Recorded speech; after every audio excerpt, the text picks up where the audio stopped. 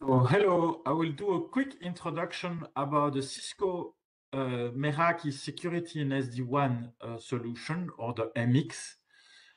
As you can see here from this dashboard, we have a great MX68CW, meaning that it has also a cellular chip integrated and can also broadcast wireless.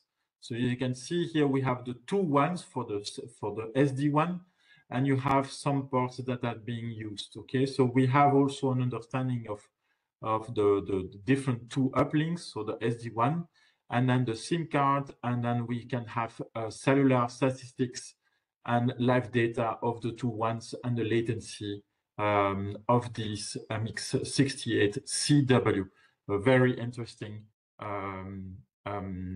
appliance.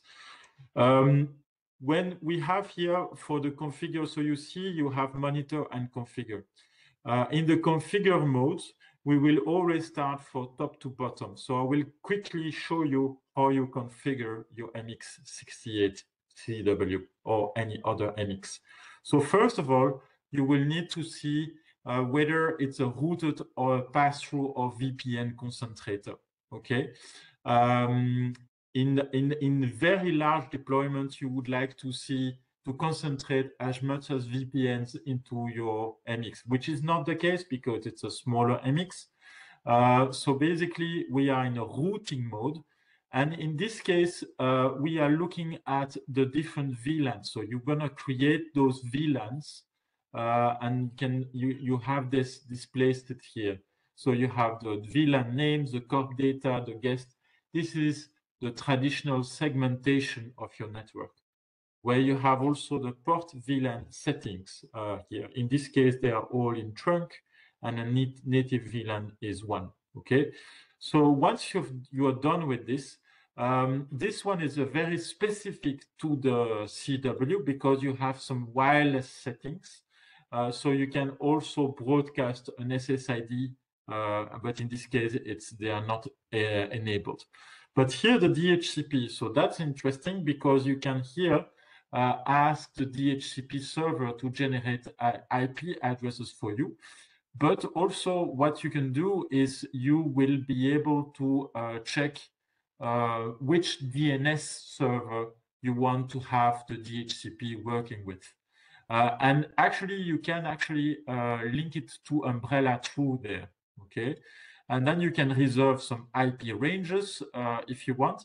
But then here you will address the VLANs and a bit more the addressing of the clients, for example, with DHCP, the data, or you have a fixed IP in some other cases. Okay, once you're done, what you'll do is also you will look at the firewall rules, and here you will place the layer 3 and layer 7 types of firewall rules. And here it's just simply placed here with the source, the destination, and you fill in your IP addresses and ranges that are being used for your firewall rules.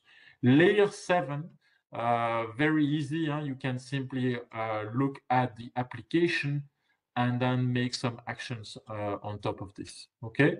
Then once you're done, a very big and important feature is that you can afterwards make your VPN rules. Okay.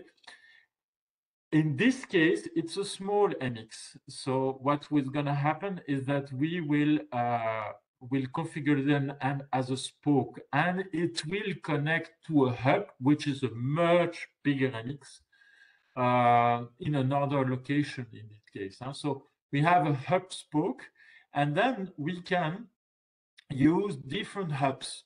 Let's say that you are, and actually I would definitely recommend to have at least two hubs, two MX. If one is degrading in terms of health, we can revert back to a second hub, okay? And here in this case, it's Los Angeles and Palo Alto. And then out of your segmentation of your network, you can decide which networks can be placed under your VPN. So clicking on spoke, checking the hubs, and you can add another hub if you want to, okay? And then you can actually moving the priority of one of those hubs, okay? Or you can delete one and enable or disable your networks, basically, okay? And actually, and then you have also the client VPN. So actually, the client VPN, it is the formerly known AnyConnect settings, but now it's called Secure Connect. And then link it with the Active Directory. But now we're looking at SD-WAN and traffic shaping. That's very interesting. So you've done your VPNs, you've done your WANs, and basically you can actually let the MX work on a dynamic fashion on the SD-WAN policies. So you can say, and this will work dynamically with the different 2.1s and the different VPN settings you have. Or you can have a fixed route, depending on what you want. Okay, so that's a very important feature.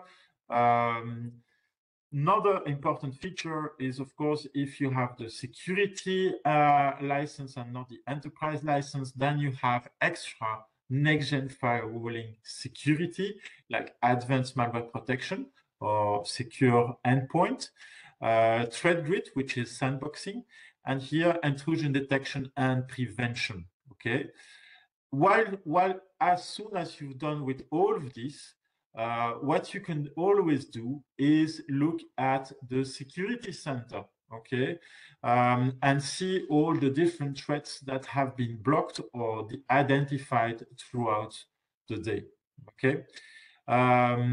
You also have the VPN status, another interesting element where you will see dynamically your SD-WAN and your VPN tunnels working dynamically together. You see here it's using 1.2, then it changed to 1.1, depending on the health of your network and application. Okay, and that concludes for now a quick introduction on the security and SD-WAN appliance. Thank you.